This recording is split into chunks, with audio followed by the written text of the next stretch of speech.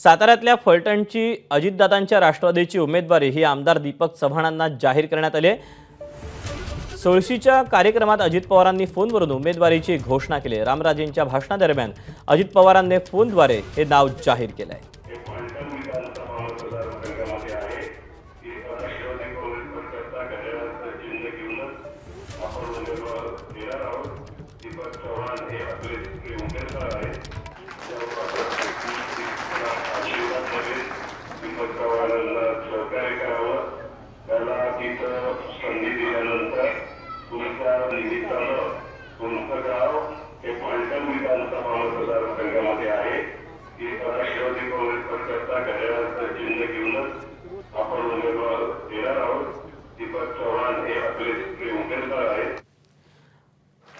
आपण याबद्दलचे अधिकचे अपडेट जाणून घेऊयात। राहुल तपासे आपले प्रतिनिधी आपल्या सोबत आहेत। राहुल, खरं तर महायुती असेल किंवा महाविकास आघाडी असेल, जागा वाटपाबद्दल सगळीकडे चर्चा अद्याप सुरू असताना इकडे अजितदादांनी मात्र फलटणची उमेदवारी घोषित देखील करून टाकली आहे। निश्चित दीपक, यामध्ये एक वेगळ्या पद्धतीचं राजकारण म्हणावं लागणार आहे।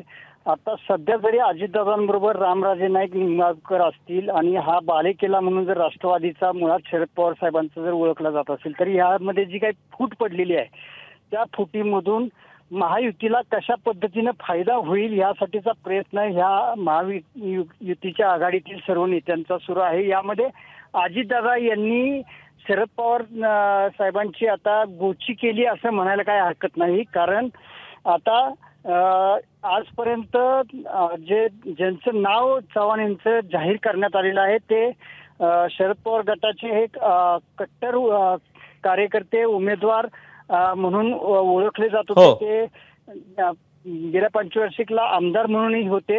मात्र आता त्यांचं नाव जाहीर केल्यामुळे मात्र शरद पवार यांना आता अडचणीत आणण्याचं काम या जाहीर केलेल्या नावामुळे अजितदादांनी केलेलं आहे। स्वाभाविकच आता समोरून नेमकं कशा पद्धतीनं आगामी काळामध्ये कुठला उमेदवार जाहीर केला जातो पाहणं महत्त्वाचं असेल। राहुल, धन्यवाद दिलेल्या सविस्तर माहितीबद्दल।